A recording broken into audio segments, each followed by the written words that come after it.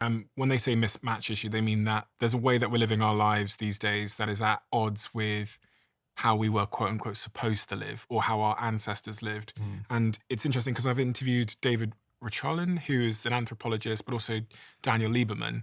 They both spent time with the Hadza tribe in West Africa. And the shocking thing for me is I was assuming that the reason why we get back issues and the Hadza tribe don't really get them is because we spend a lot of time like just sedentary. Mhm. However, David Rachalin said that the Hadza tribe still spend 10 hours a day in resting postures, but they maintain a straight J-shaped spine, not the curved S-shaped spine common in the West. They squat, they walk, they carry loads a lot, and they aren't in chairs. They're doing more active Mm. motions.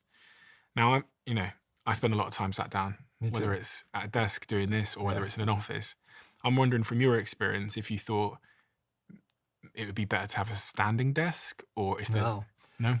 No, I think standing desks are great, and I hate to say it because I might have to hold myself responsible, but I feel like it would be beneficial for me too. I think that too much time sitting, right? There's people that call sitting the new smoking, like the detrimental effects that sitting can have, prolonged sitting can have on your body, especially when you couple it with the fact that when we do go to sleep, 8, 9, 10 hours, like how much time do you want to spend in a sort of fixed immobile position in a day? Like you're working all day. There's a big chunk there, maybe 8 hours, 9 hours, 10 hours with intermittent breaks that you're going to the bathroom and getting some water. And then you got another 8 or 9 hours at night that you're doing the same thing. Like your body wasn't meant to be that immobile. Like I think there's an actual compression. So when your joints are subject to gravity and you're moving through space, you're actually getting a bathing of those joints of the synovial fluid that's in these joints, like let's say your knees, that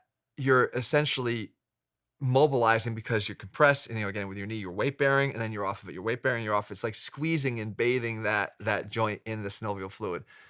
The outcomes are much better when we don't allow that to become stagnant and when we stimulate that through frequent movement sessions.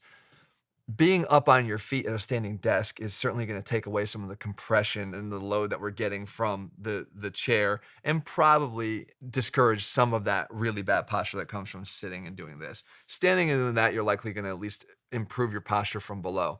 You may not improve your posture so much from above, like we talked about, but at least from below, you're going to improve that. But I still think that the inactivity, just standing alone, is not solving for the inactivity. You need to take more frequent breaks. I think people need to um, get up and walk around just a little bit. 5 minutes every 30 minutes or so would be ideal.